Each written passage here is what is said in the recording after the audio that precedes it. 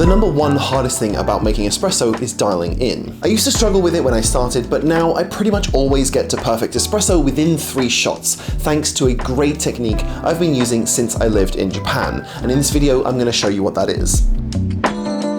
This works on any espresso machine, even on the Breville Barista Express I started out with. The breakthrough for me wasn't some fancy new machine or grinder, it was actually taking dial-in notes. The layout I came up with after years of testing helped me spot what was going wrong and fix it fast so I could get the best espresso shots. That note-taking process became the Brew Ledger. It's not just a notebook, it's a tool specifically designed to help you troubleshoot espresso and dial in with less waste, more confidence, and much better results. And it's not just the layout. I've also written 12 guides in the book using my experience to help you with why you would adjust your coffee ratio, which grinder to get, what different burrs do, and how fresh your coffee should be.